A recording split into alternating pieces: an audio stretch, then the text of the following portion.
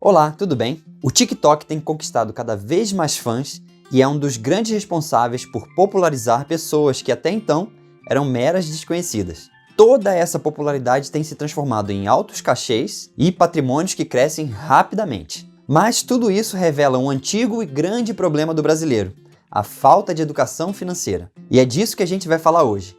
Onde investem alguns dos grandes TikTokers dessa geração? Será que eles estão fazendo as melhores escolhas? Será que eles poderiam fazer algo melhor? E você aí que não é influencer e acha que esse vídeo não vai ser também para você, você pode estar muito enganado. E isso acontece porque os comportamentos que eu vou comentar aqui não acontecem somente nos influencers, e sim em grande parte da população brasileira. Então, se esse assunto te interessa, já deixa aí o seu like, se inscreva caso não seja inscrito e ative o sininho das notificações, assim você sempre recebe as novidades aqui do canal. Aproveite e dê um pulinho aqui embaixo também no comentário fixado. Lá você encontra diversos links e cupons para você aproveitar. Esse vídeo foi inspirado numa matéria que eu li no Infomoney, que é um dos maiores portais de notícias do mercado financeiro. Essa matéria expõe as decisões de investimento e opiniões de 3 TikTokers da geração Z. O que eu achei mais interessante em toda essa matéria é que ela confirma, na prática, uma realidade que há muito tempo eu vejo e comento, tanto aqui no YouTube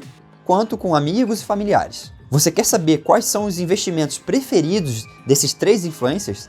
Poupança e imóveis. Sim, é isso mesmo que você ouviu. E não, eles não têm 40, 50 anos de idade. Os 3 têm 20 anos de idade, mas quando o assunto é investimentos, realmente parece que eles têm mais. Apesar de eu ser de uma geração diferente da deles, os nossos pais provavelmente são da mesma geração. E caso não sejam, são de gerações ali muito próximas. Mas por que eu estou dizendo isso? Simples, pelo fato de que grande parte do conhecimento sobre finanças e investimentos que as pessoas têm costuma vir da família, e em especial dos pais. Você já reparou nisso? Quase toda família tem um tio que ganhou muito dinheiro com imóveis, um pai que perdeu dinheiro na poupança quando foi confiscada lá pelo Collor, aquele outro parente que perdeu tudo na bolsa de valores. E, mesmo que a sua família não tenha nenhum desses exemplos, com certeza você já ouviu casos como esses ao longo aí da sua vida. Essas histórias moldaram as gerações seguintes, entre elas os Millennials e a geração Z. Se você não está familiarizado com esses termos, eu vou te explicar. Os Millennials, também conhecidos como geração Y, são aqueles indivíduos nascidos entre 1981 e 1995. Já a geração Z são aqueles indivíduos nascidos entre 1996 e 2012. Dependendo da referência que você siga, esses anos podem mudar um pouco para cima ou um pouco para baixo. Mas no nosso caso aqui isso não importa muito. O fato é que as gerações mais novas são instruídas pelas gerações anteriores. Apesar das péssimas decisões de investimentos, que eu ainda vou comentar mais para frente no vídeo, eu preciso ser justo com uma coisa aqui agora. É melhor investir em alguma coisa do que não investir em nada. Segundo uma pesquisa da Ambima, 6 de cada 10 jovens afirmaram que não guardam dinheiro de forma alguma. Então, mesmo sendo dessa geração, esses influenciadores têm aí uma cabeça um pouco diferente. Mas essas diferenças acabam por aí mesmo. Vamos ver primeiro o que cada um deles pensa e em seguida eu faço os meus comentários. Um desses influenciadores disse que prefere ser mais conservadora para evitar grandes perdas. O foco principal dela é liquidez. Ela quer garantir que consegue manter o valor principal que ela investiu. E por isso diz preferir a poupança. Aqui eu preciso dizer que existem diversos investimentos com a mesma liquidez e a mesma segurança da poupança e que rendem mais. Praticamente qualquer CDB de liquidez diária vai ter essas características. E se você me acompanha aqui no canal, você já sabe que tem alguns bancos oferecendo CDBs com rentabilidade de 200% do CDI, que dá mais que 2 vezes a rentabilidade da poupança. Se você ainda não viu, basta assistir a esse vídeo aqui. Uma outra opção são os títulos públicos, que costumam render mais que a poupança e são ainda mais seguros que ela, uma vez que esses títulos são garantidos pelo Tesouro Nacional. Essa influenciadora disse que também acompanha alguns canais de finanças e investimentos no YouTube e acaba se assustando com a oscilação do preço dos ativos. Na opinião dela, existe uma grande assimetria entre a quantidade de dinheiro que você pode ganhar e a quantidade de dinheiro que você pode perder nesses investimentos. Por isso, ainda não se sente segura para arriscar.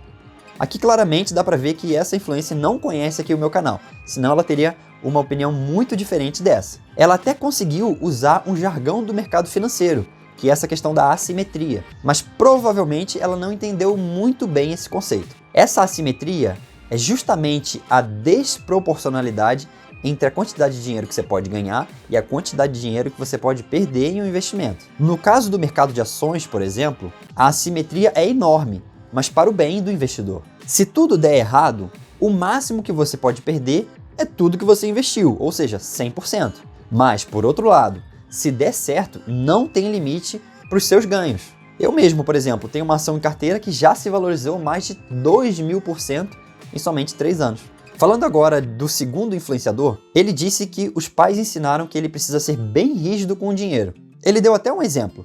Se ele tira 20 mil reais por mês, ele separa 5 mil para gastar, outros 5 mil para reinvestir no seu conteúdo, na sua marca, e os 10 mil restantes ele investe na poupança. Ele diz que até gostaria de investir em bolsa de valores, mas acha muito complexo, nunca conseguiu entender muito bem.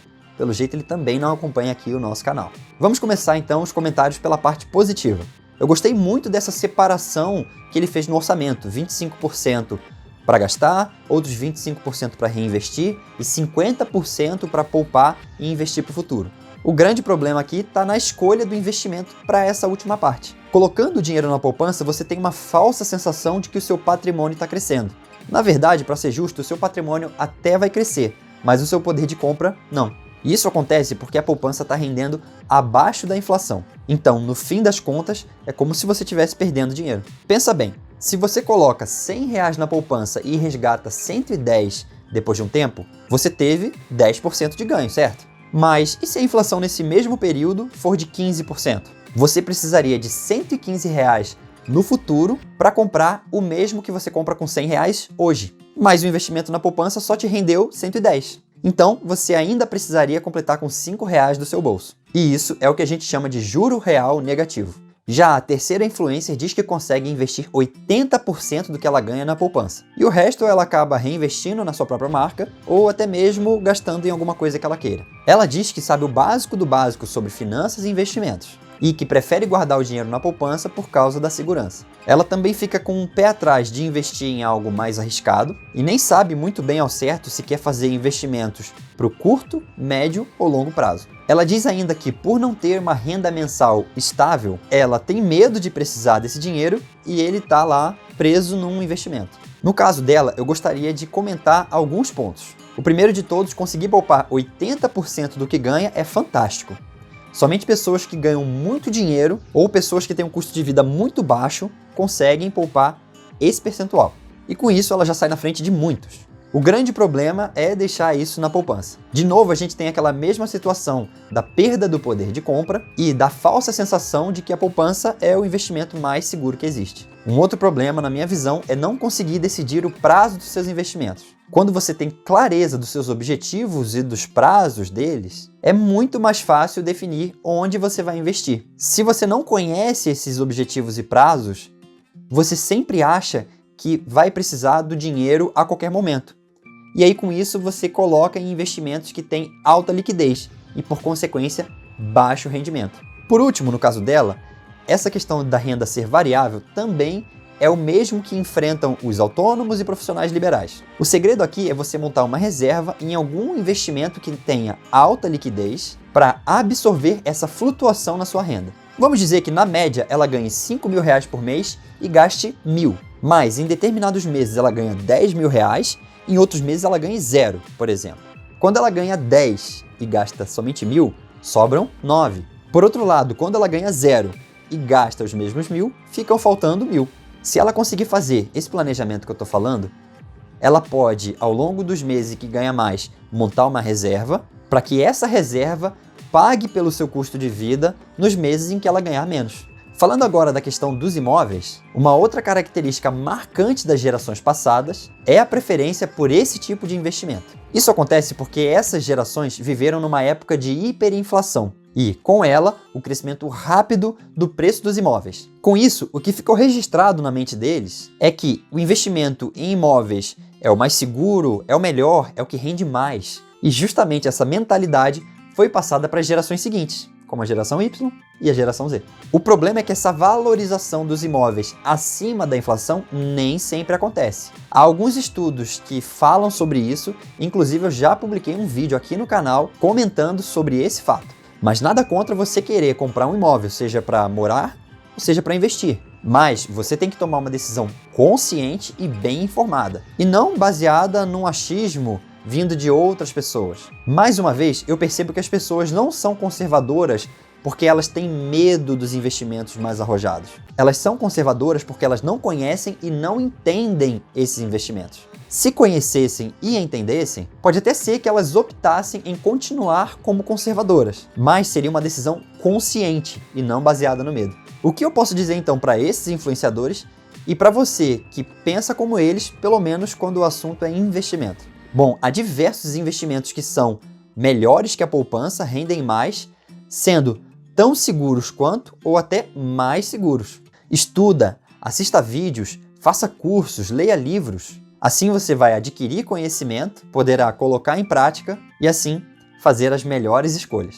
E você aí, tá no time dessas pessoas mais conservadoras, que têm medo, que preferem poupança, imóveis? Ou você já conseguiu desbloquear essa área no seu cérebro de experimentar outros investimentos, tolerar um risco maior em nome de uma rentabilidade maior? Eu quero saber em qual dos dois lados aí você tá. Me conte aqui embaixo nos comentários. Um abraço e até o próximo vídeo.